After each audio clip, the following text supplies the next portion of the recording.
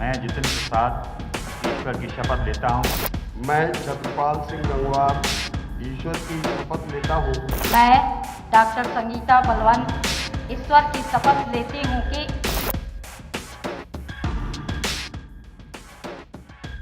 UP में जिस बड़े सियासी बदलाव की तैयारी कई महीनों से चल रही थी, आज वो नए मंत्रियों की शपथ के साथ संपन्न हो गया है। योगी आदित्यनाथ ने आज इस बदलाव के साथ अपनी कैबिनेट का चुनावी मेकअप भी कर दिया है। नए मंत्रियों ने शपथ संविधान की ली है, लेकिन इसके साथ अपने मन में 2022 में बीजेपी को जीत दिलाने की कसम भी खाई है। चुनाव में अब सिर्फ 6 महीने का वक्त बचा है, इसलिए बीजेपी जातीय समीकरण से सियासी शॉट से यूपी विधानसभा का फिनाले मैच जीतना चाहती है। इसके लिए जातीय समीकरण संतुलन को ध्यान में रखकर कैबिनेट में जगह दी गई है, ताकि यूपी की सोशल इंजीनियरिंग से जीत का रास्ता तय किया जा सके। और से जो हमारे आज 7 मंत्रिपरिषद के साथियों ने शपथ ली है, उसमें समाज के उन हिस्सों से आने वाले जिनको कभी कोई नहीं पूछता था, भारतीय जनता पार्टी ने उनको सम्मान दिया है, उनको स्थान दिया है, उनको मंत्रिपरिषद में जगह दिया है।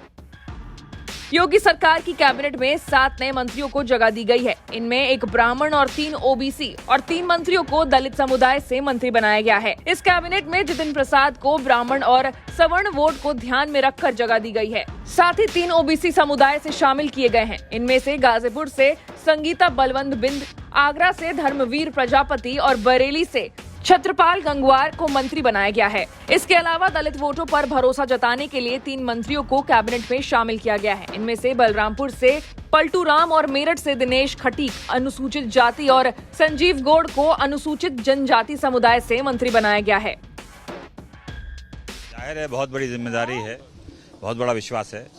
तो प्रयास ये रहेगा कि विश्व पटल पे भी और ग्रामीण क्षेत्र के धरातल में भी जाके हम लोग जनता का विश्वास हासिल करें, मेहनत करें और सबका साथ, सबका प्रयास, सबका विश्वास जो प्रधानमंत्री जी के दिशा निर्देश है उस पर कार्य।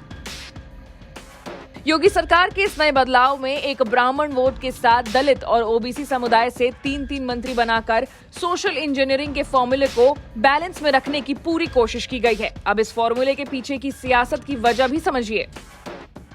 यूपी में सबसे बड़ा वोट बैंक पिछड़ा वर्ग है।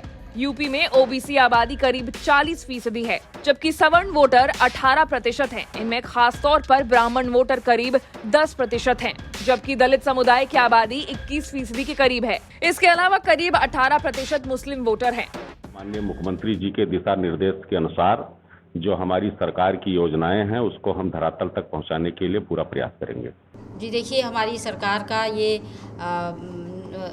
मोटो है, वो इस सिद्धांत पे काम करती है कि सबका साथ, सबका विकास, सबका विश्वास। देखिए, भारतीय जनता पार्टी सदैव से यह जानती है कि हमारे प्रदेश का विकास तभी होगा जब सभी वर्गों को हम लोग लेके चलेंगे और सभी वर्गों में भी महिलाओं को जब हम आगे करेंगे तो हमारा यह प्रदेश मजबूत होगा, क्योंकि जहाँ जिस प्रदेश और जिस देश की महिलाएं आगे रहती हैं वो देश और प्रदेश मजबूत होता है।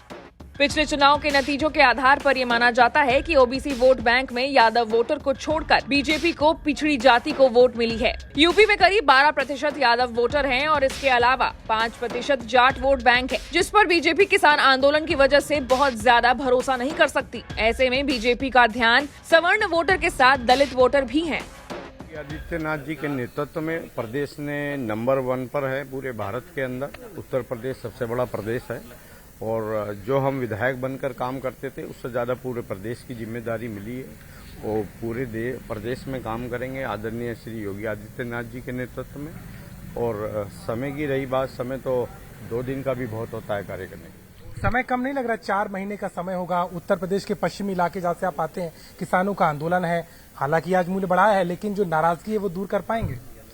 किसानों में नाराजगी नहीं है, पर्टिकुलर व्यक्तिगत उन लोगों का अपना मानना है, लेकिन पश्चिमी उत्तर प्रदेश छोड़ो पूरे उत्तर प्रदेश में जहां पश्चिमी उत्तर प्रदेश में गन्ना पैदा होता है उसमें सबसे ज्यादा गन्ने का पेमेंट जो किया है, सबसे अच्छा पेमेंट किया है वो उत्तर प्रदेश में श्री योगी आदित्यनाथ जी की सरकार ने किया। 2017 के विधानसभा चुनाव में बीजेपी की रिकॉर्ड जीत में दलित और ओबीसी वोटर ने बहुत बड़ा रोल निभाया था।